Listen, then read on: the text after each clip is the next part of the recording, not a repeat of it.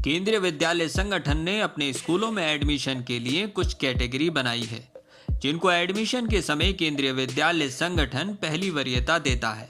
जी हाँ, आज हम आपको बताने वाले हैं कि अगर आप केंद्रीय कर्मचारी हैं या फिर रह चुके हैं तो आपको केवीएस में एडमिशन के समय क्या क्या फ़ायदा हो सकता है।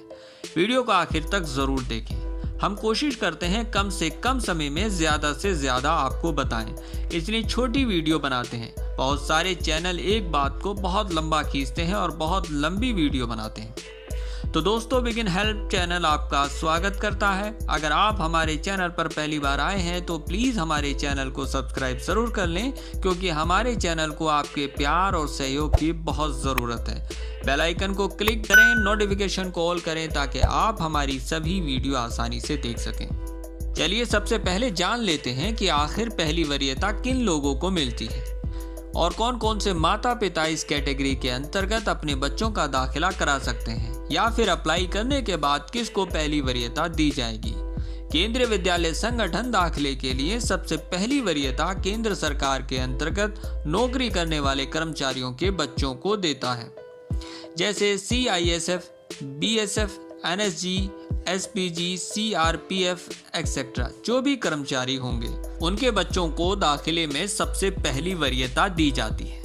केंद्र सरकार की नौकरी कुछ ट्रांसफर वाली होती हैं, जिनमें एक जगह से दूसरी जगह जाकर नौकरी करनी पड़ती है, और कुछ नौकरी ऐसी भी होती है जिसमें कोई ट्रांसफर नहीं होता है। चाहे आपकी नौकरी ट्रांसफर वाली हो या फिर स्थायी, या फिर आप रिटायर हो गए हों, उन सभी को केंद्रीय विद्यालय संगठन ने अपने स्कूलों में दाखिले के लिए पहली वरीयता दी है। यानी इन सभी का सबसे पहले दाखिला होता है। किसी कर्मचारी का बेटा हो या फिर पोता हो, यानी बच्चे के दादा नौकरी पर हों या फिर रिटायर हो गए हों, ऐसे बच्चों को दाखिले में पहली वरीयता दी जाती है। अगर किसी बच्चे के माता पिता या दादा केंद्रीय सरकार की नौकरी पर रहे हों और उनकी मौत हो गई हो, ऐसे बच्चों को भी दाखिले में पहली वरीयता की कैटेगरी में रखा जाता है। कुछ बच्चे ऐसे भी होते हैं जिनके माता पिता विदेशी राष्ट्रीय अधिकारी के तौर पर भारत में नौकरी कर रहे हों, या फिर उनको भारत सरकार ने अपने यहाँ नौकरी के लिए बुलाया हो। ऐसे बच्चों को भी केवीएस पहली वरीयता में रखता है। जिन माता पिता की नौकरी ट्रांसफर वाली हो, उनके बच्चों का दाखिला एकेडमिक ईयर के बीच में भी हो जाता है। ट्रांसफर वाली नौकरी में कुछ कंडीशन भी होती है, जैसे अगर आप अपने बच्चे का दाखिला 20 सत्र में कराना चाहते हैं तो आपका ट्रांसफ़र 20 किलोमीटर की दूरी या उससे ज़्यादा पर हुआ होना चाहिए। इस बात का आपको ख़ास तौर पर ध्यान रखना है। जिन बच्चों के माता पिता अभी नौकरी पर हैं, उन सभी को दाखिले के लिए सर्विस सर्टिफिकेट की ज़रूरत पड़ती है। वहीं अगर आपकी नौकरी ट्रांसफ़र वाली है तो आपको ट्रांसफ़र सर्टिफिकेट देना होता है।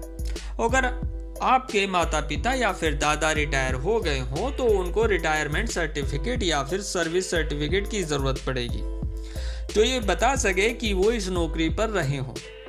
अब बात करते हैं ऐसे बच्चों की जिनके माता पिता या दादा सेंट्रल गवर्नमेंट में नौकरी कर चुके हों और उनकी डेथ हो गई हो, या फिर नौकरी के समय उनकी डेथ हो गई हो। तो ऐसे बच्चों के पास उनका सर्विस सर्टिफिकेट होना चाहिए। अगर रिटायर हो गए हों तो उनका रिटायरमेंट का सर्टिफिकेट भी होना चाहिए। एक बात का ध्यान रखें, केवल उन्हीं बच्चों को सर्टिफिकेट की ज़रूरत पड़ती है जिन बच्चों को उनके माता पिता की नौकरी के आधार पर एडमिशन मिलता है। हमने पूरी कोशिश की है कि हम आपके सभी सवालों के जवाब जो इस कैटेगरी से जुड़े हों वो दे सकें। अगर हम इसमें कामयाब रहे हों तो आप हमें ज़रूर बताएं, और अगर अभी भी आपके सवाल हों तो आप हमें हमारे इंस्टाग्राम अकाउंट पर जाकर भी अपने सवाल पूछ सकते हैं। वीडियो पसंद आई हो तो लाइक और शेयर करना ना भूलें। मिलते हैं एक नई वीडियो के साथ, तब तक आप अपना ध्यान रखें। घर से बाहर निकलते समय मास्क का इस्तेमाल ज़रूर करें और बार बार अपने हाथ ज़रूर धोएं।